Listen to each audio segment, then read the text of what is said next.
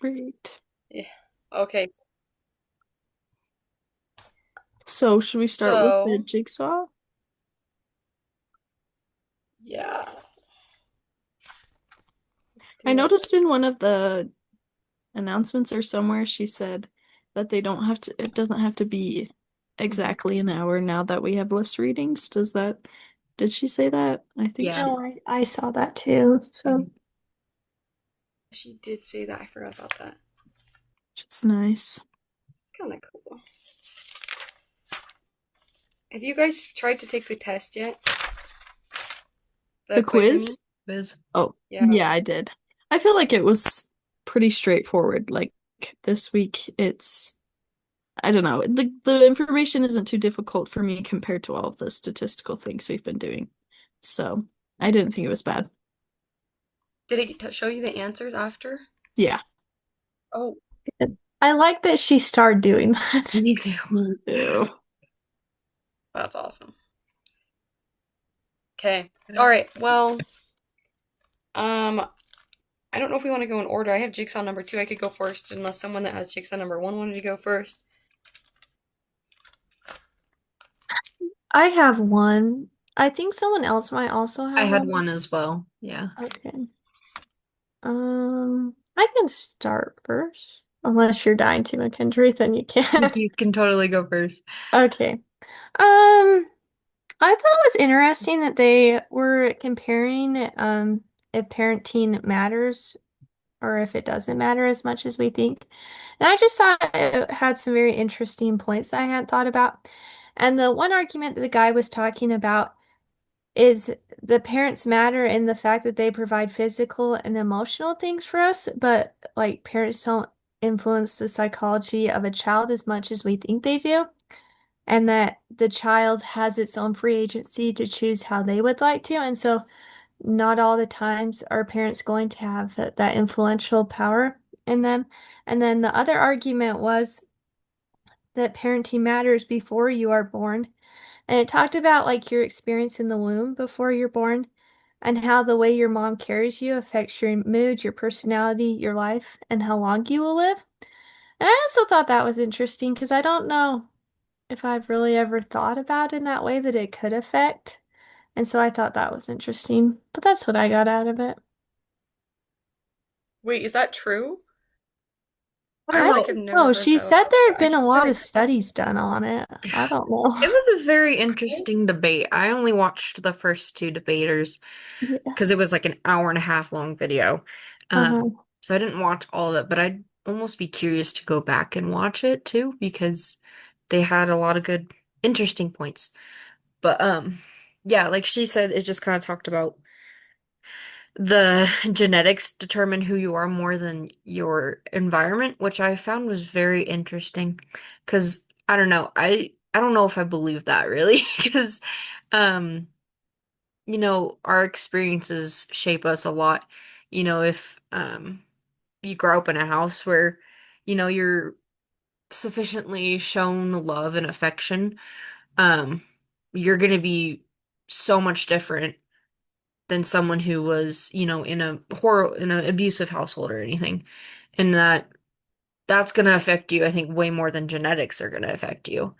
So I just thought that that was a very interesting take um on the on that. And then the womb, mother being in the mother's womb, um I think she said parenting matters even before you're born was very interesting. Um which does make sense. I think it does make sense because you are literally connected to your mother. Like, so it makes sense that if she was stressed, it would cause you to be more, maybe your brain not to develop as much in that area. But who knows? Um, so yeah, that would be really interesting to kind of look more into. Um, but yeah, I personally think that parenting, what we do as a parent, matters way more than what genetics has to say. That's just my opinion on that. But um yeah, that was what the video was about. That's so interesting. I feel like from like a spiritual perspective, I feel like we've been taught that parenting matters a lot. Like the family proclamation says that parents will be held accountable to God. It's so interesting that it's even a debate, but maybe I need to watch it. That's Yeah.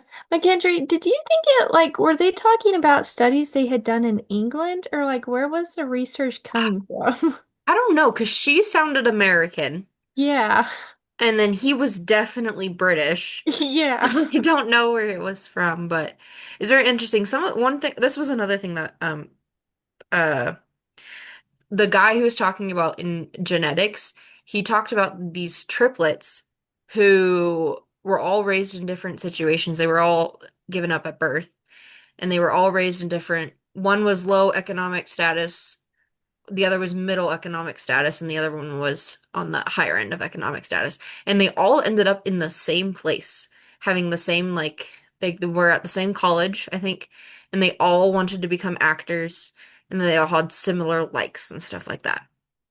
And so, like, that was his, like, thing on genetics matter more than um how you're raised. But I'm kind of like, I don't know, because I feel like twins and triplets are different than just normal like siblings and like humans. Because it's really interesting. My grandpa just got told he has glaucoma in one eye, and he's a twin, and his brother and his twin brother just also got told that he has glaucoma in the same eye.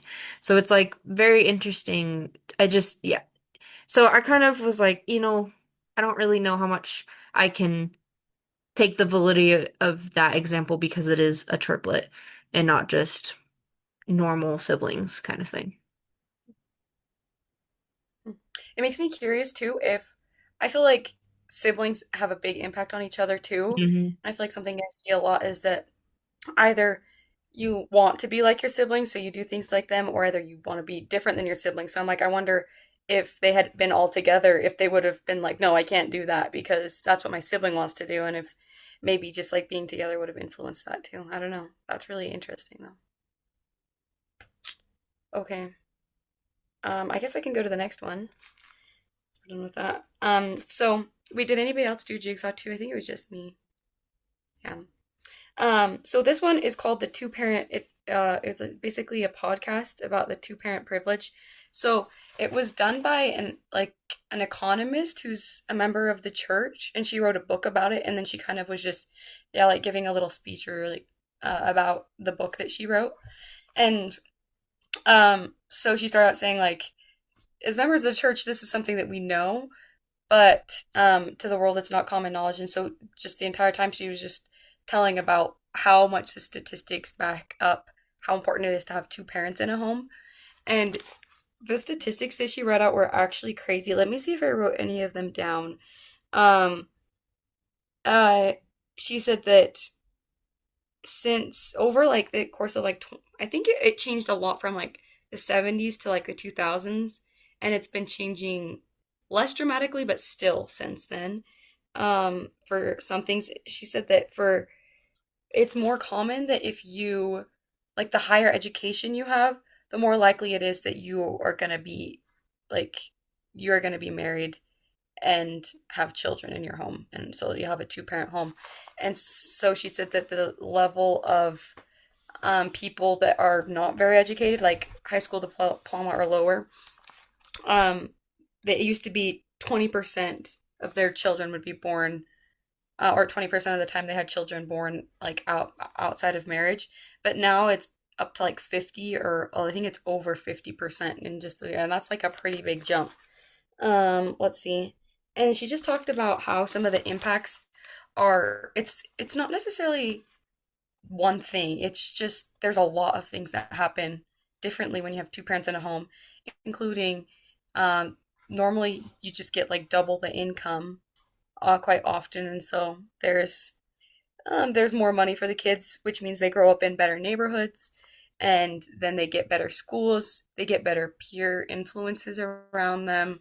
It means that their parents, if there's two parents, they likely have time to split between them and to give them more individual attention to help them with homework.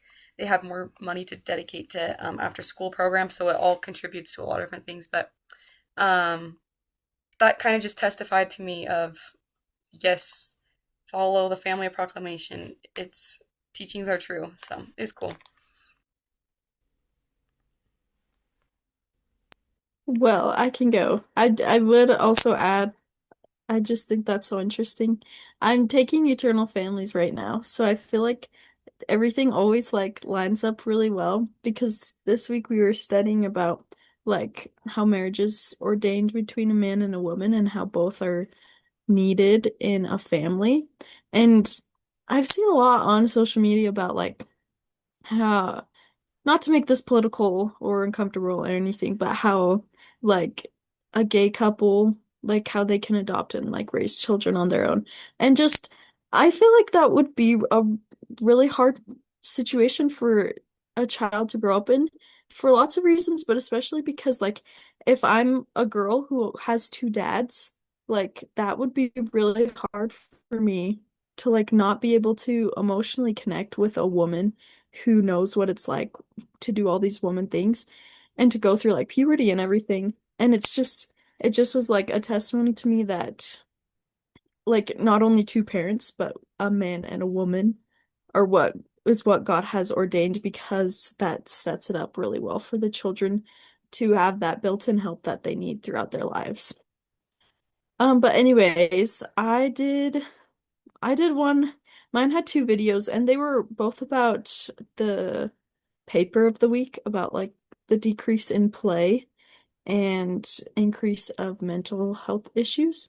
But it was very interesting. So I'll just kind of go through the notes that I took.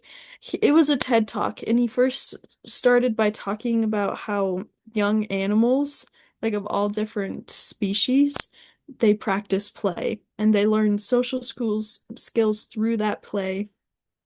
And they like have done these studies where I think it was on rats maybe where they like isolated a rat so that it couldn't play throughout its childhood and then put him back into social situations and they were like frozen with fear and they didn't know what to do, which is very interesting.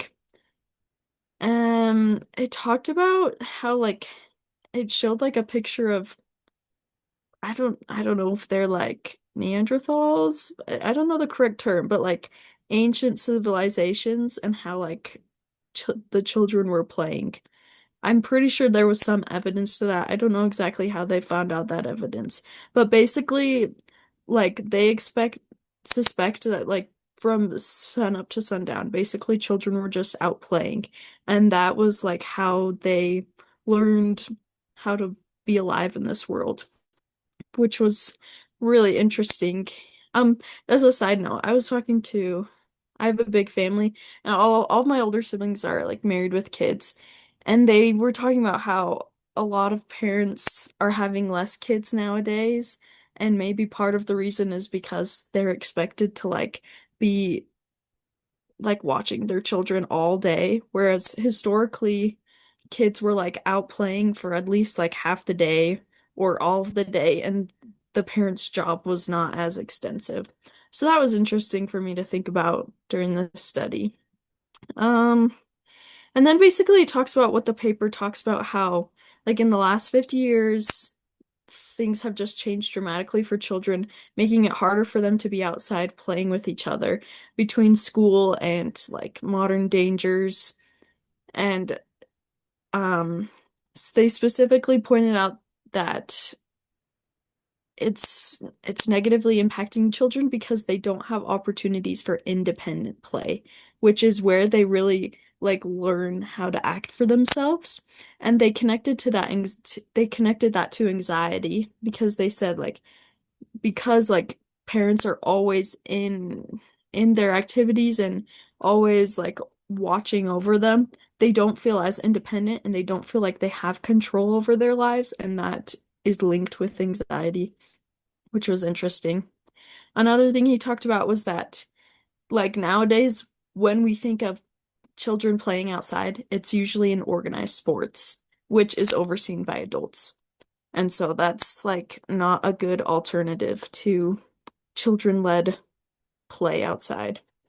And then the second video was specifically talking about how it's called How Our Schools Thwart Passions. I didn't fully agree with what his argument was, but it was basically saying like I agreed with some of it, but basically he was saying like in school we teach like math and in science and English, but like what who decided that we wouldn't teach dance and that wasn't like a subject that everybody gets taught. And he talked about how the most like people who are famous for their passions, like a lot of them did not have good experience in school, and he like quoted like Albert Einstein and I think Dolly Parton and all these people who like are really successful but they really disliked school. And just the whole time he was just kind of talking about how it just like limits children's creativity and their opportunity to find what they're good at. And the whole time I was just thinking like what if like what if I'm like secretly I have the skill of LeBron James, but I like was never put on a basketball court, so I don't know. Like I was just thinking like maybe some like kids out there have like these natural awesome skills and they just like don't have an opportunity to capitalize on it and then I don't know. That was kind of what I was thinking about, but he kind of paints a bad picture for school. I think that he is definitely heavily leaning to one side and he doesn't really address the positive sides as much. But that being said, I do agree with some of the things that he shares. So that's that. That was long, sorry.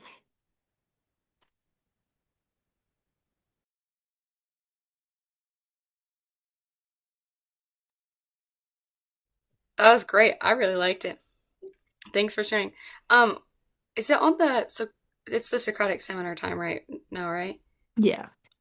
Okay, I had a question that I wanted to ask you guys, actually based on the things that you're talking about, Haley, a little bit. Um, I I was thinking when about the thing about children having less time for play. Um, and it's tough because I'm like, is the world actually or actually more dangerous now? Like, I don't, or is it just like we're expected to watch our kids more? And so I just wanted you guys' thoughts on like if it's actually okay to just let kids have more freedom and like how much you think we can give them safely these days. I think it largely depends on where you live. Um, because when I was young, when we first moved into the house that I grew up in, neighborhood was really safe. My mom would let us go out and play for hours without her watching. I mean, she'd stick her head out every once in a while, make sure no one was bleeding or crying or missing. But like she would just let us do what we wanted. But after I think we were in the house for 14 years, um, right before we moved, not right before, a couple years before we moved, it started getting really dangerous. Um, there was drive-by shootings, there was a homicide in a couple houses down, a drug house, just really bad. And she would not let us go out.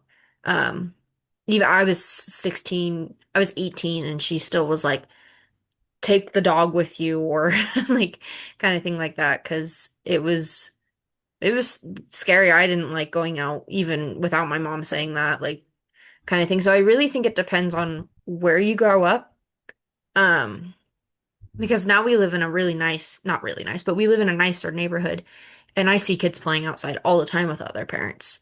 Um, so I think that it really does just depend on where you grow up, and sadly, that really does have to do with economic status as well, because typically neighborhoods that are less safe are the ones on the lower end of the economic um your socioeconomic status um and stuff, kind of like that. Like our downtown where I am is a lot where a lot of people who don't have a lot of money live, and there's a lot of gang problems and stuff. And um so I think it's yeah, I think the world is dangerous, but it just depends on where you live too, and even what part of the city it is.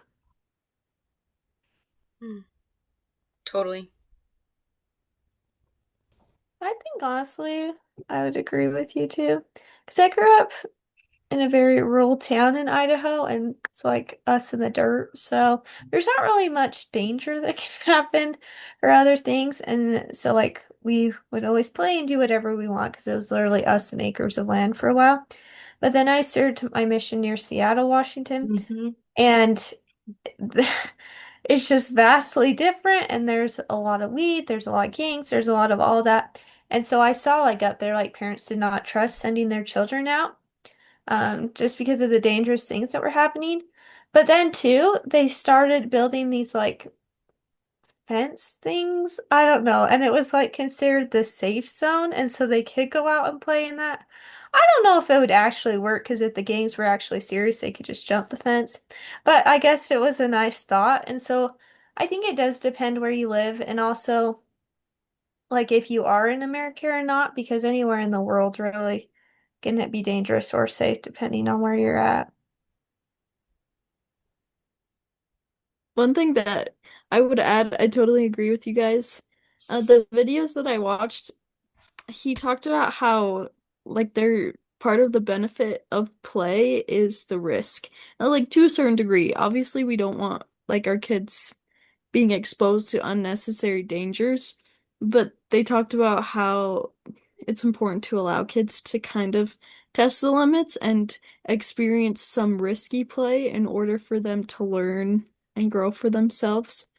And so I do think it's just like a really delicate balance between and maybe like a case by case scenario of whether or not you let your kids out to play. It's so scary though. You hear all this like scary stories of like kidnappings and terrible things, and it definitely deters me from wanting to like just let my children loose. It's scary. Yeah. I agree with you guys. It's kind of a hard situation because I think maybe the kids that would benefit the most from outdoor playtime are probably some of the kids that get it the least. But Yeah. yeah, okay, good thoughts, everyone, though. I agree with all that. I had a question. Kind of going off of what we were talking about. When do you guys remember, like, do you remember when your parents, what age you were when your parents kind of let you go off and play by yourself? Or like kind of thing, like unsupervised play? Like how old were you? I think I was probably 5.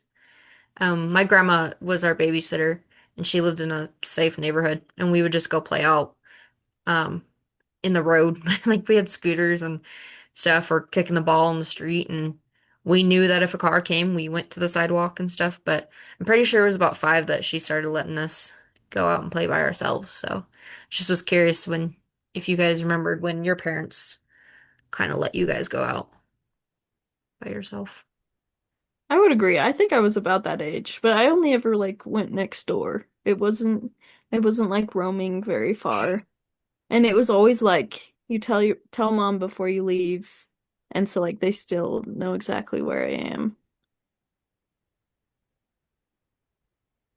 I feel like for me, I we had like a decent sized backyard when I was growing up, and we would go make tons of messes in the backyard and jump off of things and stuff like that. And I was doing that probably from like I think I have a memory of doing that when I was either 3 or 4 without my mom there. But I mean, that's just in the yard. But I think when my mom would start letting me like, oh, like walk here, walk there was probably when I was like 7 or 8. I'd probably like hang out around the front of my house though when I was like 5 or 6, from what I remember. But I'm gonna be 100% honest, which I will be. I really don't remember. Like, as far as I can remember, I've always just played outside, the horses in the dirt. I really don't know. It's been pretty good since though, so. Yeah, I just was wondering because I think it was a couple weeks ago. I don't remember. There was a video and and the guy talking asked the audience if they remembered, and it was like kids born before the 90s. So these were all adults. Those who were born before the 90s, um, it was younger, 6 or 7, maybe 5, and those born after was closer to 10 or 11. Um, so it just kind of showed that parents are not really letting their kids go out and have you know, unsupervised play. So I just was wondering what you guys remembered for that, just because we were on the topic of playing by ourselves and everything. Well, maybe kind of to shift it to an educational perspective. Um, like the paper of the week talked a lot about how one reason kids aren't playing is because they're too busy with school and with homework. Do you guys have like strong opinions about assigning homework or like how to go about assigning homework? Like especially in elementary school, I feel like it's pretty unnecessary. Like if anything, it's just for practice, but like maybe we could find a different way to let our kids get practice than through homework. What do you guys think? I think homework's unnecessary. There's actually studies that show that homework done at or homework doesn't actually help students retain as much as we think it does. Um, and they're also just less likely to do it. Um, but also, um, I'm going into high school teaching is what I want to teach. And I know high schoolers, I remember when I was a high schooler, I had a social life. I was playing sports. I was doing like all the stuff. I barely had time to do homework. And so as a teacher, I'm gonna try my hardest to not give my students homework. Because I know they have other things they would rather do. They already just spent 7 hours doing schoolwork. I don't think they need to go home and do an hour plus more on top of what they've already done because they have better things to do with their life. Which I don't know if I feel like the teacher higher ups are going to be like, don't say that. But that's just my personal opinion. My mom is also a teacher, and um, we've had discussions about this, and she very much is on the same thing, like trying not to give kids as much as possible. So. I feel like it could be beneficial to try to like give I don't know if this has been like studied very much, but I'm just like I'd be curious about people trying to give study that kind or homework, optional homework that kind of like encourages play. I feel like the problem with not giving homework is that maybe students would go home and just like literally watch TV for like 4 hours, you know? And so then I think it could be cool to provide like, oh, you're in first grade, like here's this coloring sheet that kind of goes along with what we're doing. Like you can do it if you want. Maybe you could have, I don't know, something like that because especially if their parents aren't home, I feel like they're more likely to turn to electronics. And I'm like, I feel like if it could be valuable for them if that and if it's optional, it'll probably be more fun for them too. Or if you're gonna have assigned high school or homework in high school, just making sure that it's like only the stuff that they're gonna need the very most because yeah, I think busy work is the worst. I think if it's necessary occasionally, I think that's maybe good prep for college, learning to be able to work on your own and um like have discipline to get things done by a certain time that it's due. I think that's an important skill to learn, but I don't think it needs to be excessive. So, I think I've seen it on both ends because I'm the oldest of six, and so I've seen it through my other siblings. And I think the thing I hope to teach elementary school, and the thing that I've seen most beneficial for homework in elementary is just having them read a half hour at home outside of school. And it's only a half hour. And I've seen, and I have had the opportunity to work in the after school program and stuff too. Unfortunately, kids nowadays in elementary schools and stuff are losing the ability to read. And sometimes I think they do just go home and watch TV and stuff. And so I think it's really good when they can spend at least a half hour 4 times a week or 5 times a week reading every night because then it reaffirms what they learned in elementary school. And also they're able to read something that they would like and to grow in that department. So I just think it's pretty beneficial because for the rest of your life you'll read in things. And so I think it's good to start young, developing that and knowing how to comprehend a story and what's going on.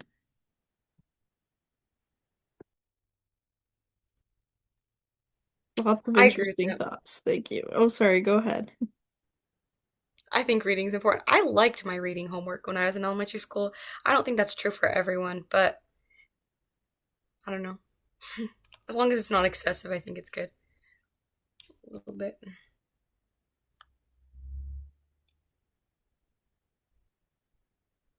Did anybody else have any questions, or should we move on to the 99 studies?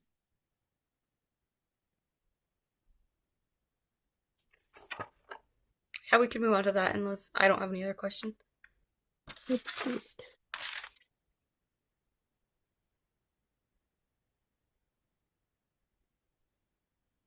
Yeah, I don't either, so we can move on.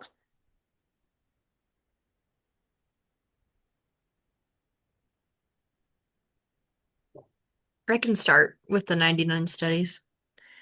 Um, One that I really liked is sleep, is the one about the sleep. Um, because I think we underestimate how important sleep is.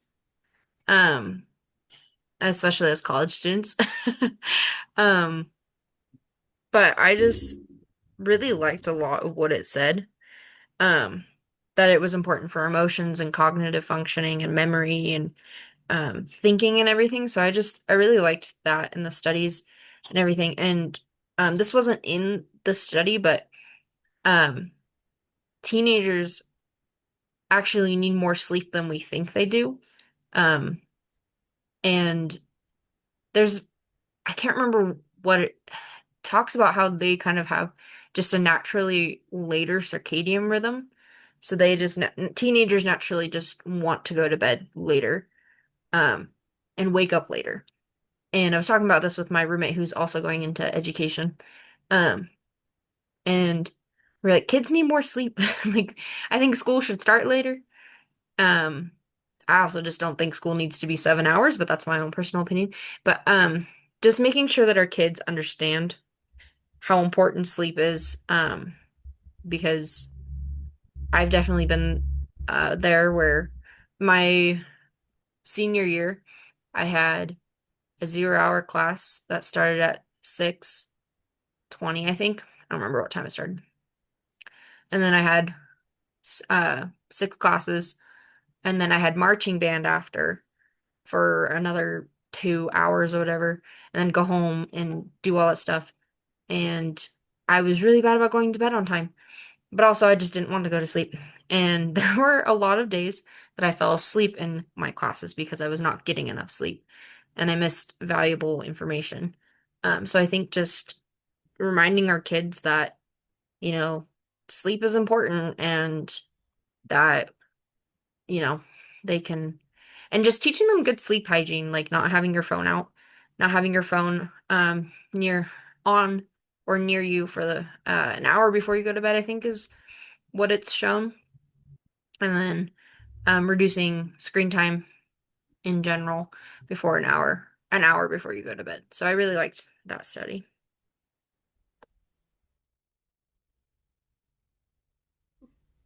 I can go next.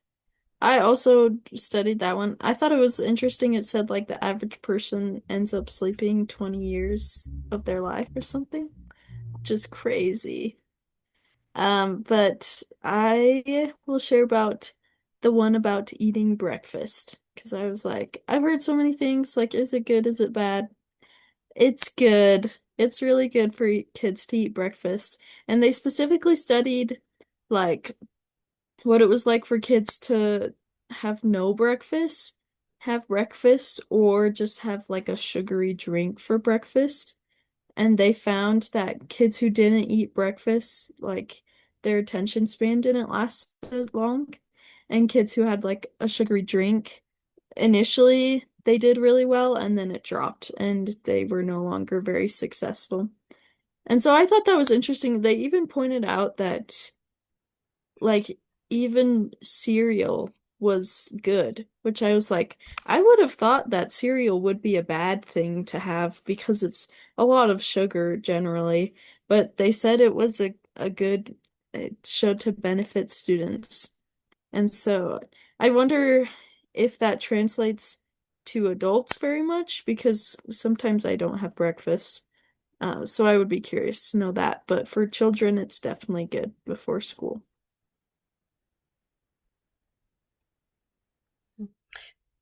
I like that one. That's actually the one that I was going to talk about. So maybe well, it's okay. I'll do a different one.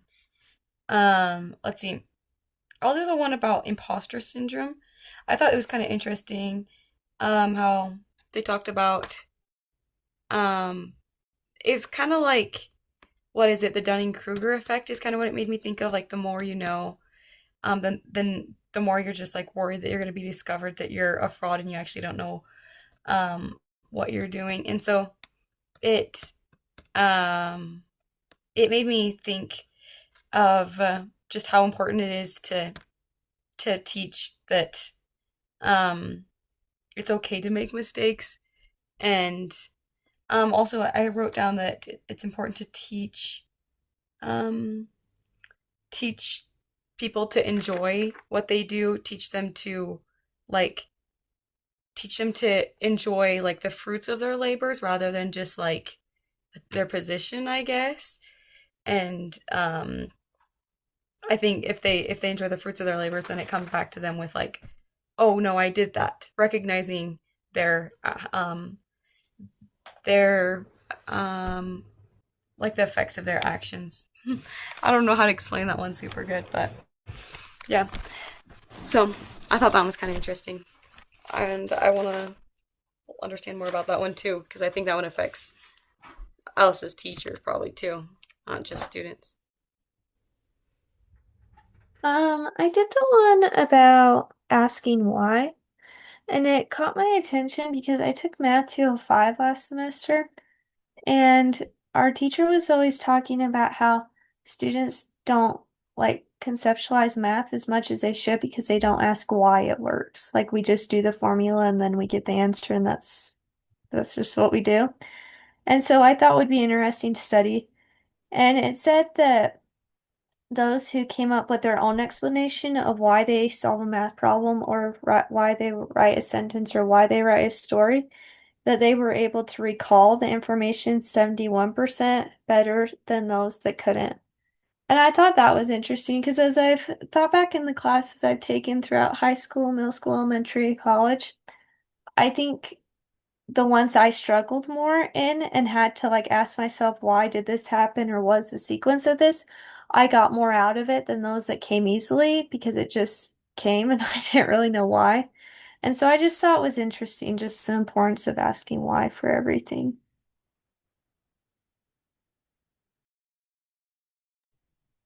I also really liked the mobile phones one. I just want to talk about this really quick because um a lot of schools are using a lot more technology. And I know that this kind of study also applies to like Chromebooks and computers in the class. I did a research paper a couple semesters ago on technology in the classroom. But one of the things it said that um, even just having the phone near them was distracting.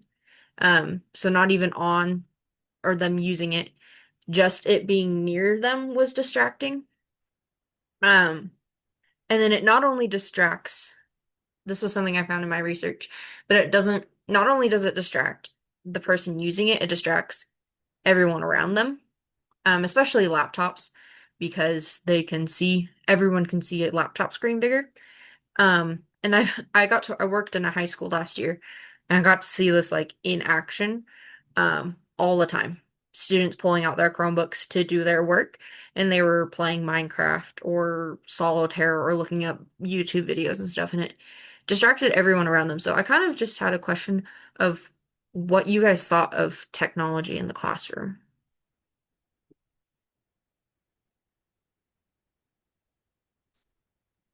I feel like it's a really important skill. Like it's a modern skill. Kids need to know how to type or else they're not going to be successful in school. And I think like we need to teach kids how to use it to its full extent in the right way. Because like especially with AI now, like kids could use it in a lot of really great ways and they could use it in a lot of really not great ways. And they'll probably default to the not great ways if we don't teach them how. And just like just that idea that no technology will probably not be the solution because eventually they will be exposed to technology, and so we need to teach them how to use it correctly. That's my thoughts. I agree with that. Hmm. Like exactly. The only thing I might add, which I bet you would probably agree on, is um, it's good to put not technology in there too sometimes. Kind of mixing it up. I've I, I've heard something recently that like kids' handwriting is getting like way worse because they Kids don't just know how to like write. don't have to write very often. Yeah. Yeah, and I still think that's an important skill. So yeah. Yeah, I feel like there's a balance. I don't know. I've thought about what I want to do in my classroom, and I don't know if this would work because obviously I haven't, I'm not a teacher currently, but having like technology days where it's only like a half hour or a bit, because like I'm teaching first graders, and then like days that aren't technology at all. And so they're still like learning like the valuable school skills that they need to, but it's not every day. But then again, I don't know if that would work because I have not tried it, but that's just a thought. Awesome. I just wanted to know what everyone thought because I know everyone kind of has different opinions on technology, and it definitely is a good thing to learn how to use, but it also can inhibit or keep kids from learning. Like, it's so interesting. Like, you guys should go do some studying on that because I think it's going to be even more prevalent when we become teachers and stuff. So yeah, just wanted to know what you guys thought about that.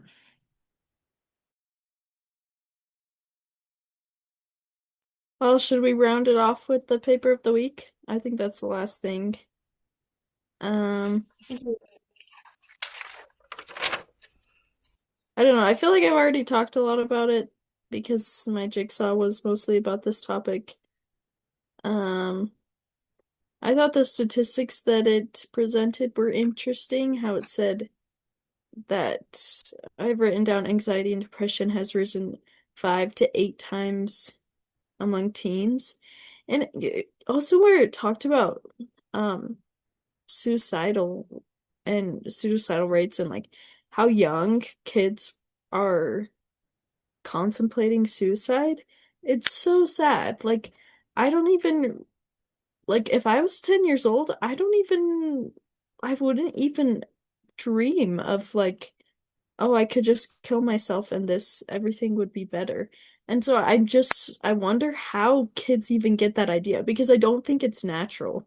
I don't think kids naturally think about killing themselves. I'm sure it is largely because of media, but I don't know. Maybe it's just things are different from when I was growing up. That I don't know. I don't know if you guys have any thoughts. It just was kind of striking to me.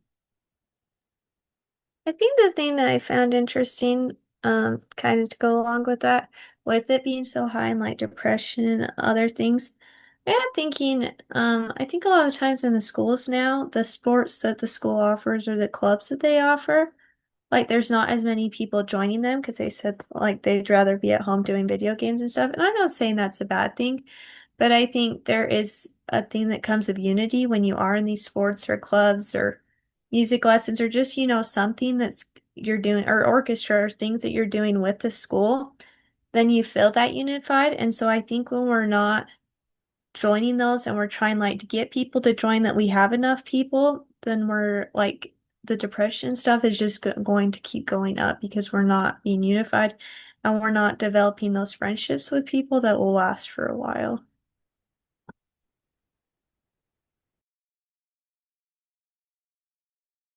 That's a good point that I hadn't really considered. I liked that. Um, I thought it was kind of interesting. This is what I had written down for like the part that says, "What questions do I still have?" And this study, from all the parts that I read, I didn't read the whole thing, but it seemed to mostly focus on like the effects of play. But I just wonder how, like, if we were to separate, like, how well it's been separated from like the variable of cell phones and like all of that media that we've kind of been talking about too, because I think they're kind of difficult to separate because they happen both kind of at the same time. That there's less play going on and there's more cell phone use. So I'm just kind of curious about that. And then another statistic that I thought was super interesting was that um over the past like years, it's averaged to add 11 hours of work to kids' workload every week for school, either in like hours at school or homework. They said that's like adding a day and a half to an adult's work week. I think that'd be crazy if they tried to do that to us. Like a day, wait, yeah, a day and a half. Like that's crazy. That's like everybody working like 60 hours weeks. So, anyways, um, that was my thoughts. Um, just some of the implications I thought of were just kind of um we talked earlier of like parents feeling like they have to watch their kid all the time. So not helicopter parenting, and don't like micromanage everything they do. Um, like I have a 2-year-old nephew and he very much loves to play. And um it can be I find myself doing it. I want to just like watch him and make sure that he's okay the whole time that I'm watching him kind of thing. But like I've had to learn to just step back and let him play and stuff. So I think that's really important. And then letting students resolve problems on their own, I think is really important. And of course, stepping in if it becomes such a big problem, like if it becomes something where it's like disrupting class or it looks like it's going to turn physical or something like that. But I think um, kids nowadays just don't know how to resolve conflicts or problem solve, and I think it's because that we micromanage everything they do and don't let them figure it out by themselves. So I think that was something that I took from it, was just kind of like how we can help kids have unstructured play.